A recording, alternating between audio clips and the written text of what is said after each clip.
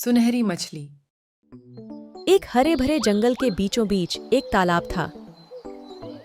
जिस तरह जंगल में तरह तरह के जानवर रहते थे, ठीक उसी तरह तालाब में भी कई प्रकार की रंग बिरंगी मछलियां रहती थीं।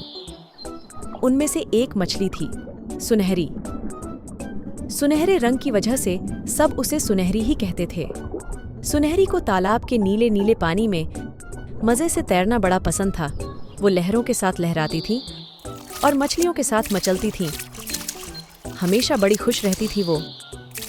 एक दिन ऐसे ही पानी में तैरते हुए उसे एक आवाज सुनाई दी। क्यों सुनहरी, आज तालाब का पानी कैसा है?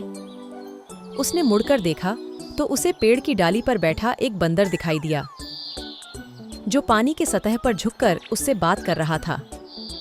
सुनहरी ने जवाब दिया, अरे बंदर भैया, तालाब का पानी तो निर्मल और शीतल है, हमेशा की तरह। तो बंदर बोला, हमेशा की तरह मतलब पानी में कोई बदलाव नहीं आया? ये तो बड़ी दुख की बात है सुनहरी।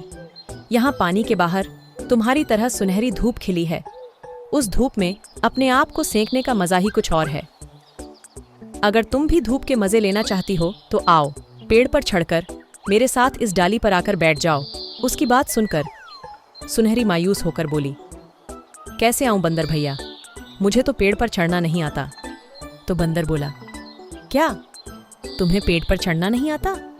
अरे अरे, फिर तो तुम्हारा जीवन व्यर्थ है। ये सुनकर सुनहरी को बड़ा दुख हुआ।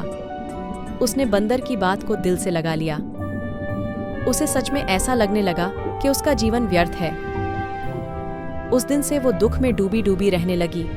उसने पानी में लहरों के साथ लहराना, मछलियों के साथ मचलना और तो और खाना ढूंढने के लिए तैरना भी बंद कर दिया। वो पूरा पूरा दिन किसी पत्थर के नीचे जाकर बैठने लगी। ये बात एक नीले रंग की नील मछली को पता चली।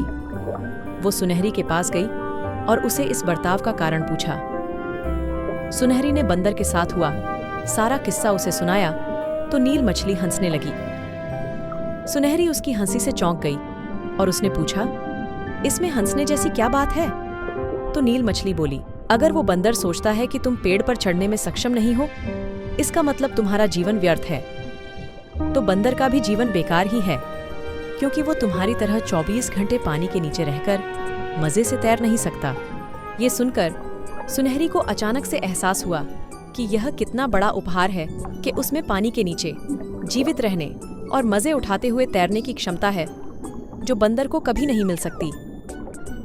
सुनहरी ने पहले तो प्रकृति को इतनी अद्भुत क्षमता देने के लिए धन्यवाद कहा और फिर अपने अंदर आत्मविश्वास जगाने के लिए नील मछली का भी शुक्रिया अदा किया। तो नील मछली बोली, हमें हमारी रुचियों को और योग्यताओं को हमेशा याद रखना चाहिए। हम इन दोनों को समझकर अपना पसंदीदा काम करते रहें तो हम खुशहाल जिंदगी जी सकते हैं और जिंदगी में आगे बढ़ सकते हैं।